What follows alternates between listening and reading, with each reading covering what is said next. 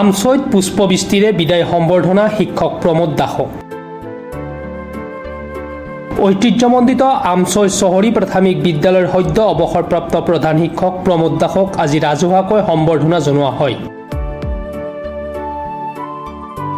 এই উপলক্ষে এখন ৰাজহুৱা সভা অনুষ্ঠিত হয়। দিনৰ প্ৰায় 12 মান বজাৰ পৰা অনুষ্ঠিত হোৱা সভালৈ পুষ্পবৃষ্টি, খোলতাল আৰু হৰিনামৰ ধ্বনিৰে আদৰি অনা হয়। আমচৈ অঞ্চলৰ বিশিষ্ট সমাজসেৱক সুৰেন্দ্ৰ নাথ কোঁৱৰৰ সভাপতিত্বত অনুষ্ঠিত হোৱা সভাৰ উদ্দেশ্য ব্যাখ্যা কৰে শিক্ষক দীপজ্যোতি শইকীয়াই।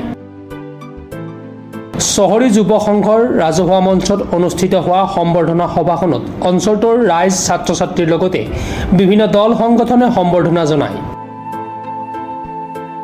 মই আমচৈ নিশ্চৰী প্ৰাথমিক বিদ্যালয়ৰ প্ৰধান শিক্ষক।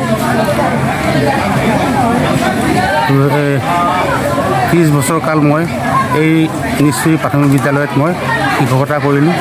আজি গাঁৱৰে অভিভাৱক, ছাত্ৰ-ছাত্ৰী, গাঁৱৰ ৰাইজে মোক সম্বৰ্ধনা সভা পাতি মোক বিদায় দিয়ে।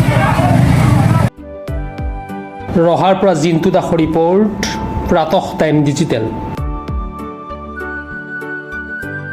শদিয়াৰ পৰা ধুবুৰীলৈ, বৰাকৰ পৰা ব্ৰহ্মপুত্ৰলৈ সকলোৰে মাজত চিনাকি এটা নাম প্ৰাতঃ টাইম। থলুৱা ভাষা, কৃষ্টি আৰু সত্য বাতৰিৰ আধাৰত প্ৰতিষ্ঠিত খবৰ প্ৰাতঃ টাইমৰ প্ৰতিটো বা বাতৰি পুংখানুপুংখভাৱে চাবলৈ Facebook, YouTube, website, Twitter, Instagram আৰু ব্লগাৰ পেজত লাইক আৰু ফ'ল' কৰক।